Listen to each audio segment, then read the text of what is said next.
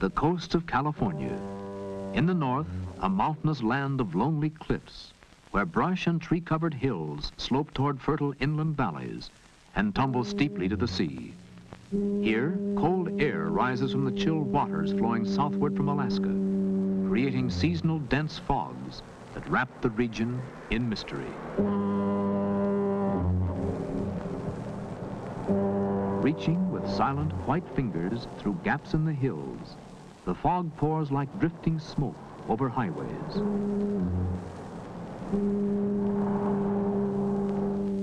And envelops the habitations of men.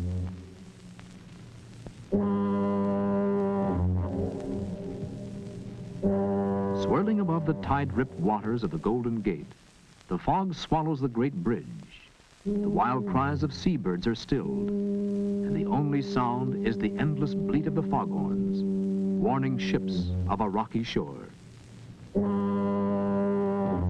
Eerie in its gray-white beauty, gleaming like snow in the sun, the fogs have tempered the climate of this land, conditioned its development, and perhaps even affected the character and vigor of its people.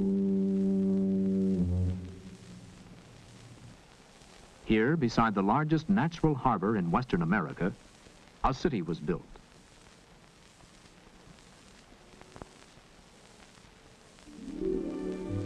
The Golden Gate is more than a romantic name. It is truly America's gateway to the Pacific, to Alaska, to Hawaii, and the islands beyond, to New Zealand, Australia, and the Far East. San Francisco Bay has more than 450 square miles of tidal water, protected from wind and sea by surrounding hills, and by a single entrance less than a mile wide, a perfect location for the growth of a great port.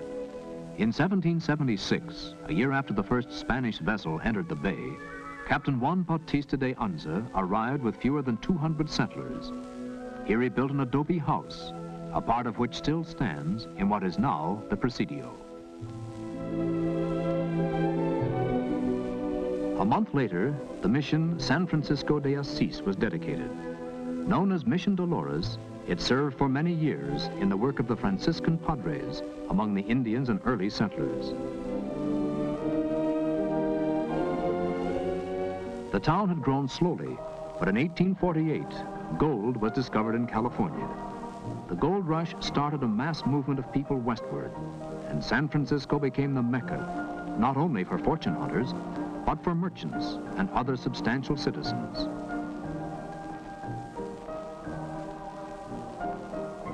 From the beginning, the city's growth was linked with the sea, and tall ships from the ports of the world came by the hundreds to sail through the Golden Gate. The old ships are a memory now, but one, the Balclutha, built in Scotland in 1886, still serves as a reminder of sailing days. Preserved by the city's Maritime Museum, she lies at her pier with yards bare, a lone survivor of the great fleet that made San Francisco known around the world. As the gold rush days gave way to a more stable economy, the city prospered, and the port became crowded with shipping. Known as the Embarcadero, today the waterfront is lined with modern piers, providing facilities for handling cargo and passengers to and from many lands.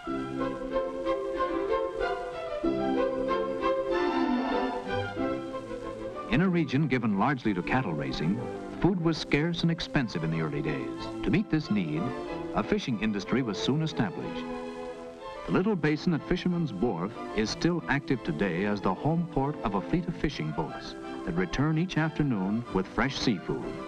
Salmon, herring, sole, and halibut are among the many varieties taken in the deep waters off the coast.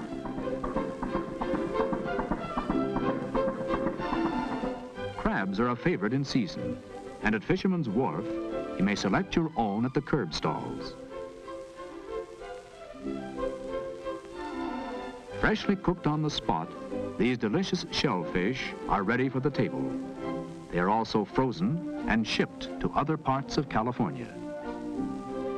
In the gold rush days, the arrival of ships was signaled to the town from the top of Telegraph Hill. At the turn of the century, the hill looked like this. The slopes where herds of goats once grazed are now studded with handsome apartment houses, perched high above the swirl of the city's traffic. On April 18, 1906, most of the downtown area was destroyed by a great fire, which followed a heavy earthquake. But with the vigor characteristic of its people, San Francisco was rebuilt to become the city we know today. In scarcely more than 100 years, it has grown from a handful of one-story wooden buildings huddled beside narrow, muddy streets into a busy metropolis. Sweeping views of clean white homes in dramatic settings on hills overlooking the sea and the bay give San Francisco much of its charm.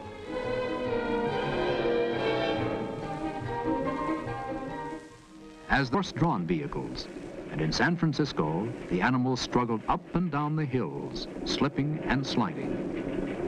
In 1873, an inventive cable manufacturer named Andrew Halliday built the first cable car.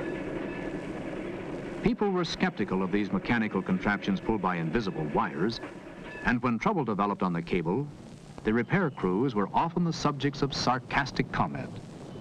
Today, the antiquated cable cars are one of the city's best-known symbols, and occasionally, during civic celebrations, they are gaily decorated. To San Franciscans, they are more than a tourist attraction. They represent the romantic past in a world of change.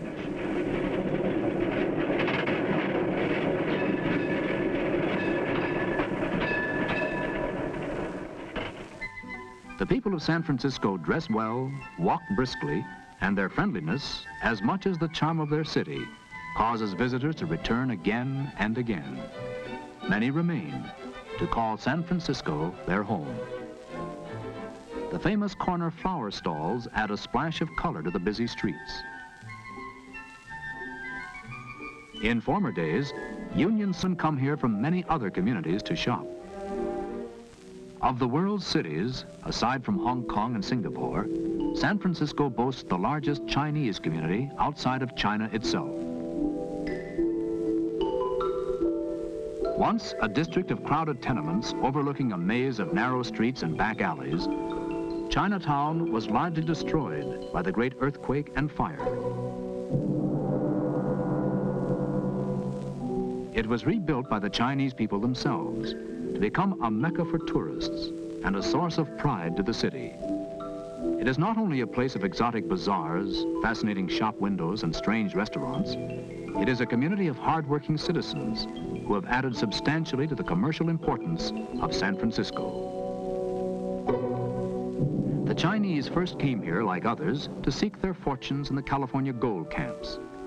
Later, until immigration was restricted, thousands came to labor in the building of the Western railroads. Their descendants, importers, merchants, bankers, Chinese Americans, have contributed in large degree to the cosmopolitan flavor of this city, which they call home. Probably no other group has influenced the development of an old world atmosphere in San Francisco as much as the Italians, who've adhered strongly to their native traditions. Centuries-old skills are followed closely in the preparation of foods. Small family-owned and operated factories produce the ingredients for Italian dishes. These products are used not only in their homes and fine restaurants, but are exported to other cities as well.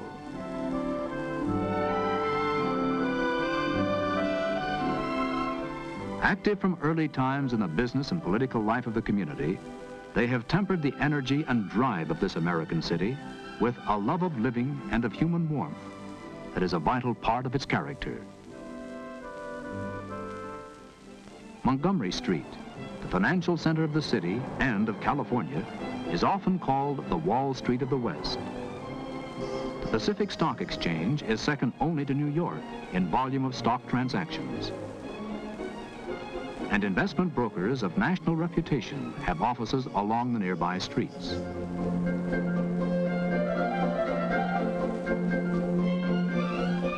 Old office buildings have given way to modern architecture, and the business vitality of San Francisco in recent years has brought radical changes to the city's skyline.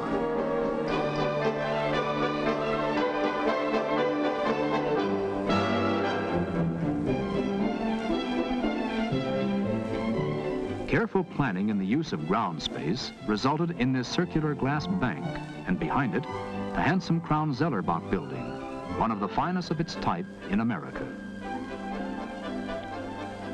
New apartment buildings tower on the city's hills, providing increased housing facilities with magnificent views of the bay.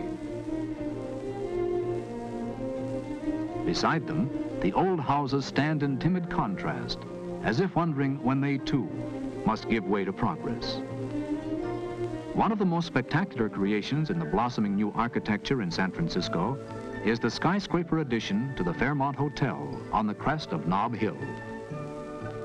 An outside elevator, blending with the face of the building, lifts visitors high above the city, unfolding a view of the downtown streets, the Embarcadero and its ships, the bay, and the great San Francisco-Oakland Bay Bridge, connecting San Francisco with Oakland, Berkeley, and other East Bay communities, and beyond, the hills.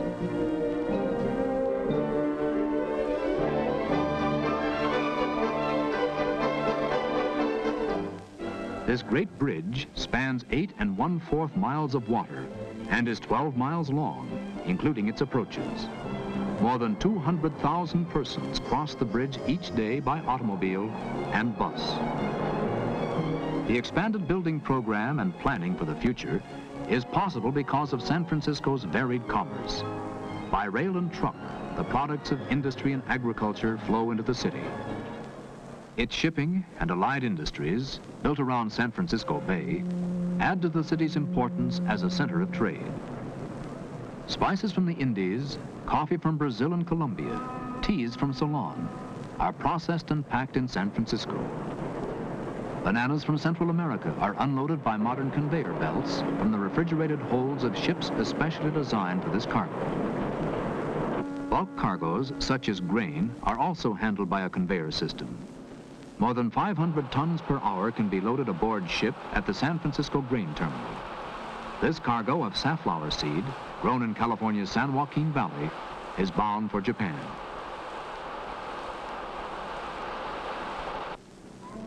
To meet increasing foreign competition, American shipping companies have developed a more rapid method of loading and unloading cargo. Salt-resistant aluminum alloy containers are carried in the holds and on the decks of ships. They are automatically loaded and unloaded by a specially designed crane that provides swift handling of cargo with minimum use of manpower. Many of these containers are electrically refrigerated for the shipment of perishable cargoes. Pineapples are delivered in San Francisco as fresh as when they left Hawaii, and California fruits and vegetables are shipped across the sea without loss through spoilage.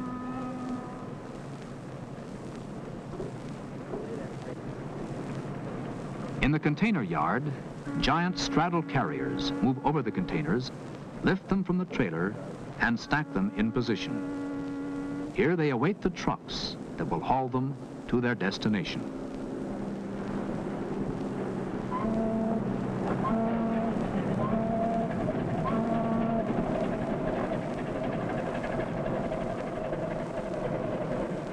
Oil tankers shuttle back and forth between San Francisco Bay and loading points near the oil fields of Southern California and overseas.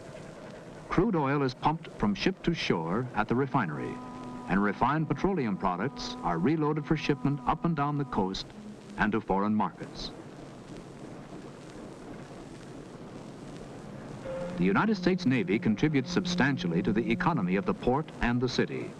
In addition to naval personnel, thousands of civilians are employed at the Hunters Point Naval Shipyard, where vessels of many types are built, serviced, overhauled, and repaired.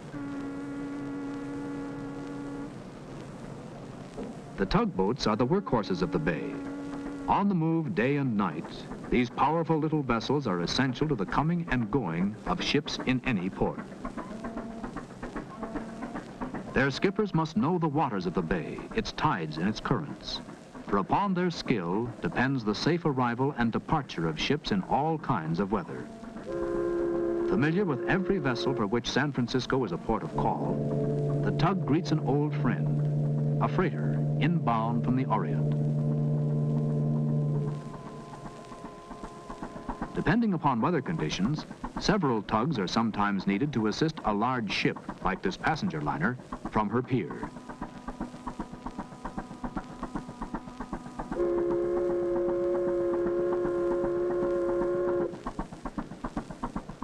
Her job done, the little craft moves off to return to other tasks, with a farewell salute as the liner heads for the Golden Gate and the open sea.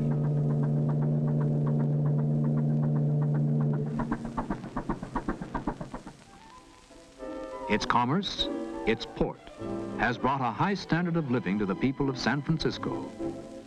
But there is a deeper benefit. The city prides itself on its cultural offerings.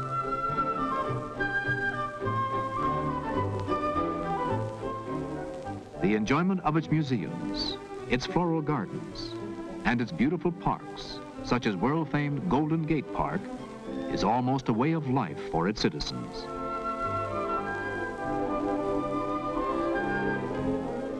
In this cosmopolitan city, one may visit a sidewalk cafe reminiscent of Paris, where friends meet to talk and watch the passing crowd. Or an exotic restaurant where some of the customs as well as the foods of other lands can be experienced and enjoyed. Many residents frequently lunch at a noted hotel where gourmet meals are served on a sunny terrace overlooking the bay. The education of its young, the citizens of tomorrow, has always been of vital concern to its people.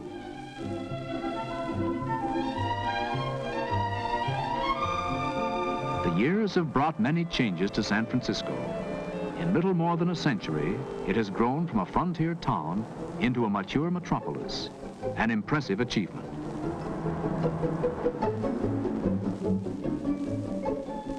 In addition to the trade that flows through its port, industry too has played an important role in its development.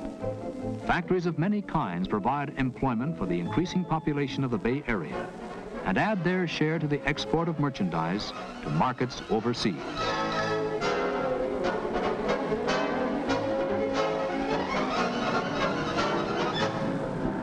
The air age has added to the international atmosphere of San Francisco by bringing a constant flow of travelers from the far corners of the globe. Freight planes fly thousands of tons of cargo to and from the Bay Area. And day and night, huge jet liners roar into the sky, drawing cities and distant lands ever closer together. But San Francisco, from its hills, will always look to the sea and the ships that gave it birth and nourished its growth.